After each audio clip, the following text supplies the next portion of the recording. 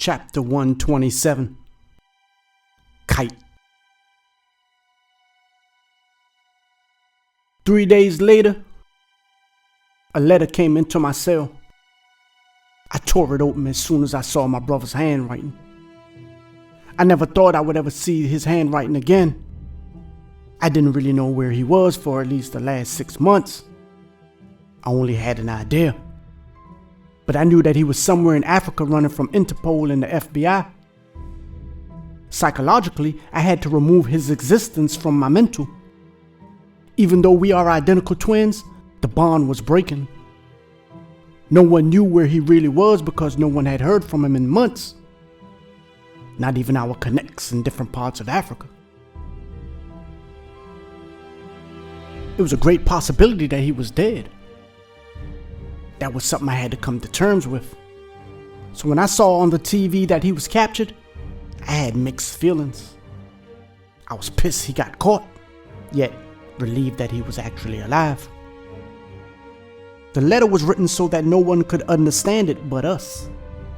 It was in Swahili, patois slang, American slang, specifically from our hood and specifically between us. Abbreviations and acronyms.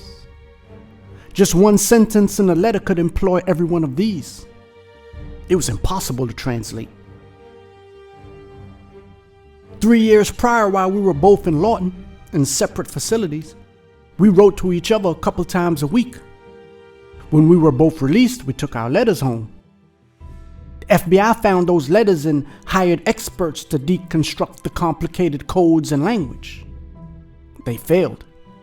In response, they made up their own translations in hopes that we would correct them. Never happened. He said he had lost a lot of weight after contracting malaria from bathing in a crocodile-infested river. He was so weak and sick that he laid against an acacia tree for almost 6 days in the wilderness, protected only by a vervet monkey, 2 dogs and a baboon.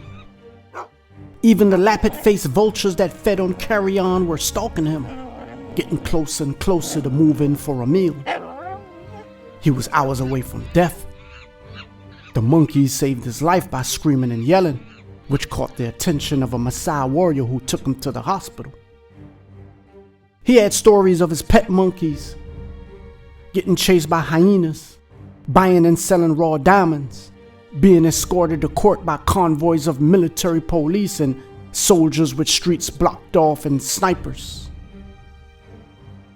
We all had a suspect of who it was that set him up to be arrested.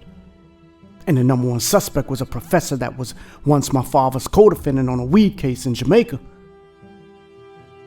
He also had a pending case in America that he fled from and was trying his best to avoid extradition. The shower posse had a price on his head for stealing 150 pounds of weed, so he fled to Tanzania and hooked up with my brother. My brother was being held in a county jail in Virginia and was now possibly facing the death penalty on the 53-count RICO indictment. He had 33 overt acts under the RICO statute. The RICO law states that if you're convicted of 2 overt acts, you get a life sentence. He had 33 counts. We also weren't allowed to be held in the same jurisdiction because of the threat of them becoming mixed up with our identities and possibility of us switching up on them. Again, we used to switch up when he served time in juvenile prisons. Seaton all in Oak Hill, and we once switched up while I was in Lawton.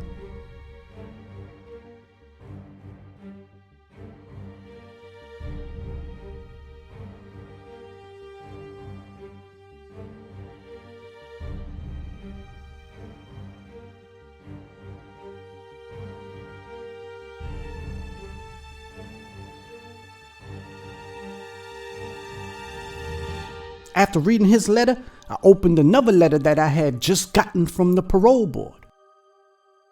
I was given a 5-year set-off. They waited for the outcome of my brother's possible capture to make their decision. I guess if he would have never been captured, they would have never made a decision.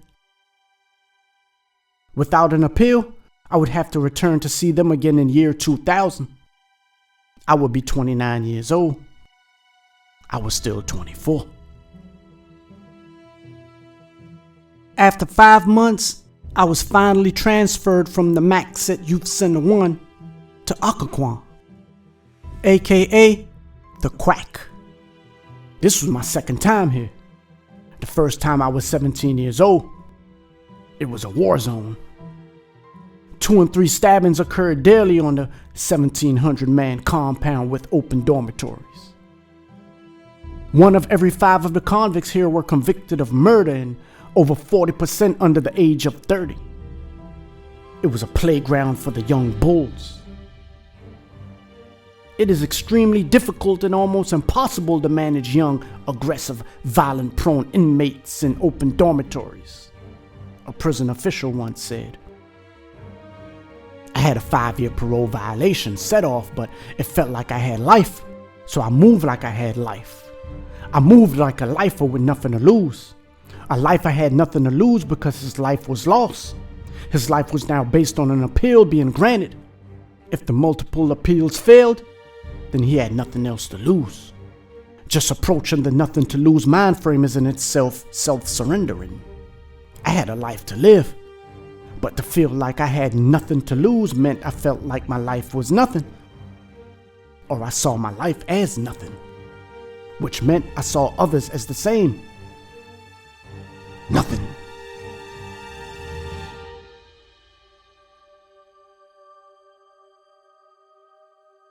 I didn't believe I was ever going to be released back into society. I had to see the parole board in year 2000 with the great possibility that they would continue to hold me for the next 16 years. That is how much time I had left on parole from my original 22-year sentence I received at 17 years old. During this 5 years in prison, anything could happen.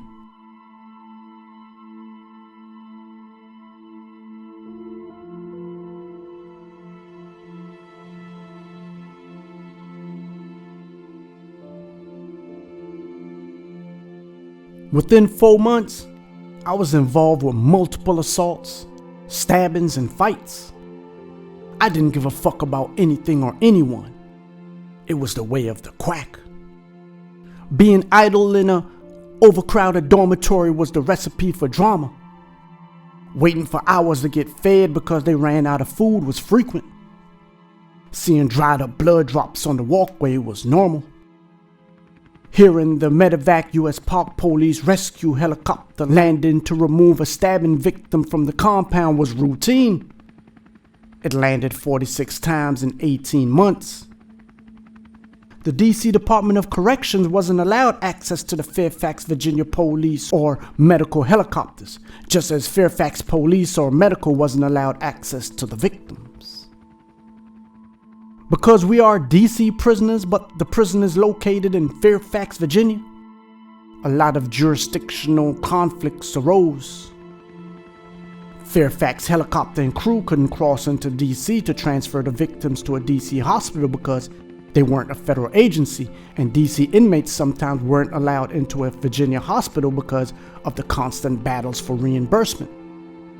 The state of Virginia had to constantly bring civil cases against the D.C. government to get the medical money that was owed whenever they had to intervene because an inmate was close to death and wouldn't be able to make it all the way to the D.C. hospital. Or whenever they intervened in a riot. The U.S. Park Police was a federal agency, which allowed it to cross jurisdictions and take the victims across state lines, so D.C. employed them to medevac the victims. They were usually taken to D.C. General Hospital over 20 miles away. The constant whoop-whoop of the hovering medevac and news helicopters caused anxiety in the neighbors that lived around the prison also.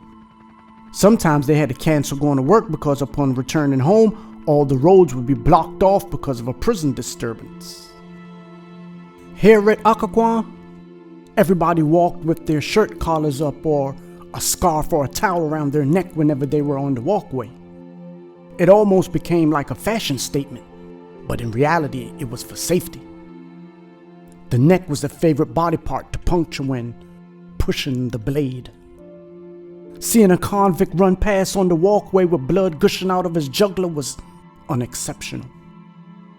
Sometimes someone may have an issue with you that you may not even be aware of, so they would send a young flunky to hit you as you're on the walkway. He would slide up behind you while hundreds of people are walking towards chow hall or the ball field and stab you in the neck. In less than a second, he would disappear into the crowd while blood gushes from your jugular. I grew accustomed to seeing a man slaughter another man that were supposedly best friends the day before. A guy sitting on the bed beside mine was stabbed multiple times in his back, neck, and chest by his best friend, who received an order from the streets to do it. To escape the attacker, he dived onto my bed, leaving his red juice all over my sheets and locker. It wasn't abnormal to clean up another man's blood to avoid getting accused of the crime. Snitches were getting butchered within minutes of landing on the compound, and rapists were being transformed into living pincushions. These places provided no protection. There were no walls or bars to hide behind. There was no lockdown for 3 to 4 months after a killing like the federal, private, and state systems. It was pick up the dead body, mop up the blood, shake down, then back to normal 1 hour later.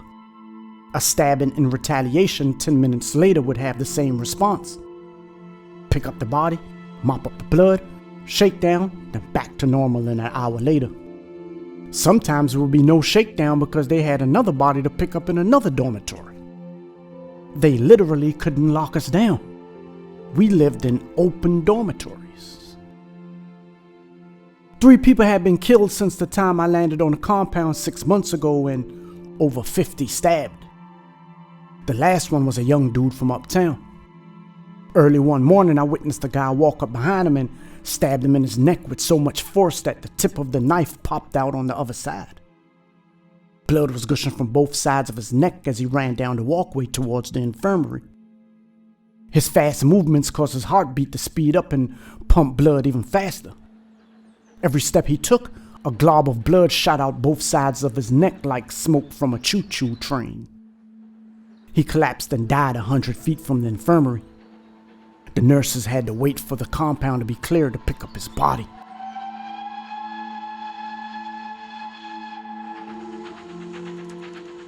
According to a U.S. Park Police rescue technician, he quoted, "People were even being stabbed dozens of times and keeping their composure. They don't complain," he said. "They don't scream and yell.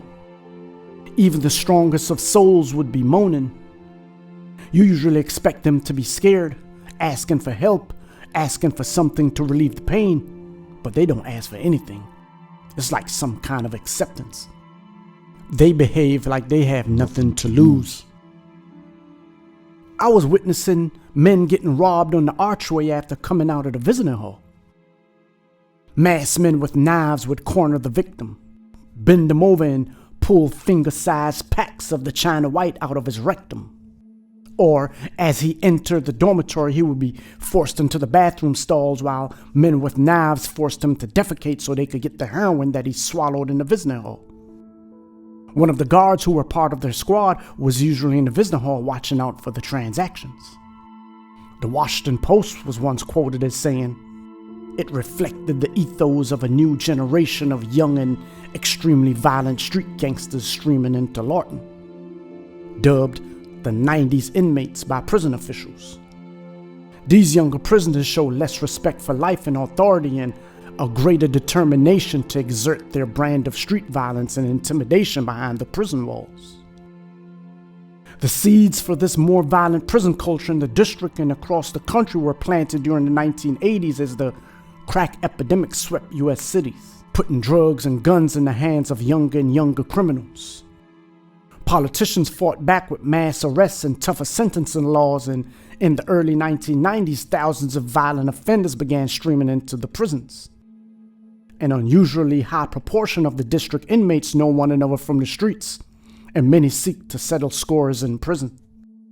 Anytime one of my homies came onto the compound, I would hand them a 6-inch bone crusher and a carton of cigarettes.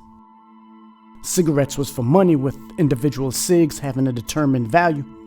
With a carton, they could purchase all of their necessities. The bone crusher was for protection. My only advice was, if someone violates, crush them. Play no games and waste no time.